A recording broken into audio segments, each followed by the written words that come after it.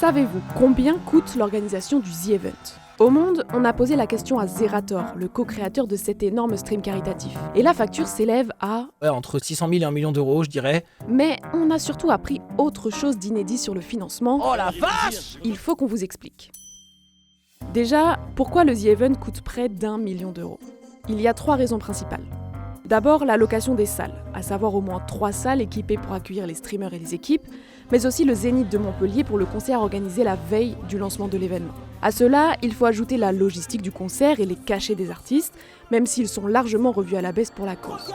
On a une centaine de personnes qui bossent dessus, on fait venir des gens, il faut communiquer dessus, il y a de la billetterie, faut loger les artistes, travailler avec les maisons de disques, les ayants droit, les tourneurs, les productions, enfin c'est vraiment un énorme bordel. Autre dépense importante, la prise en charge des streamers, car même si tous sont bénévoles, leur venue n'est pas gratuite pour autant. L'hôtel, c'est à peu près 70 à 80 000 euros chaque année. On paye tout ce qui va servir à faire notre stream sur place. On paye les tables aussi, on paye en général aussi la restauration. Le trajet, la sécurité et aussi toutes les activités. Mais est-ce que vous savez qui paye la facture de près d'1 million d'euros ? C'est là que vous allez être étonné. Avec une part très faible, il y a ZQSD, la société de production qui co-organise le The Event, puis il y a ZT Productions, la boîte de Zerator. Sur ce que coûte un The Event, en général, ZT Productions paye à peu près 20%. Et il y a aussi les associations bénéficiaires des dons via la Fondation de France qui avancent pour elles l'argent nécessaire. Oui, les associations qui reçoivent les dons à la fin du The Event sont aussi celles qui ont payé près de 80% de la facture de l'événement. En fait, quand les gens donnent au The Event, ils donnent aux assos directs. Le schéma, il est assez simple, hein. Tout le monde paye avant, il y a l'événement, toutes les assos reçoivent les fonds. En fait, c'est vraiment, ça se fait en 3 étapes, quoi.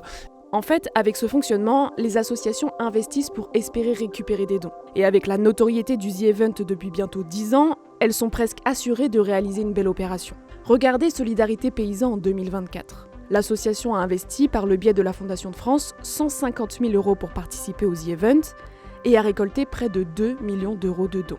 C'est un événement qui peut faire peur, mais qui pour nous a vraiment valu le coup. L'arrivée massive de cet argent nous a permis de redéfinir une stratégie de notre réseau pour les 5 ans à venir, et donc finalement, c'est chose qu'on n'aurait pas faite si on n'avait pas eu ce financement supplémentaire. En plus de l'argent, le The Event permet aux associations d'être gagnantes sur le long terme. C'est aussi un gain en visibilité sur les réseaux sociaux. Le principal problème aujourd'hui sur la générosité, c'est que la population elle est vieillissante. L'âge médian des donateurs, il est de 62 ans. Via ces nouveaux modes de collecte, c'est vrai qu'on peut toucher ces tranches d'âge plus jeunes qui pourront par la suite devenir des donateurs réguliers. Il nous reste à tous nous souhaiter une bonne nuit.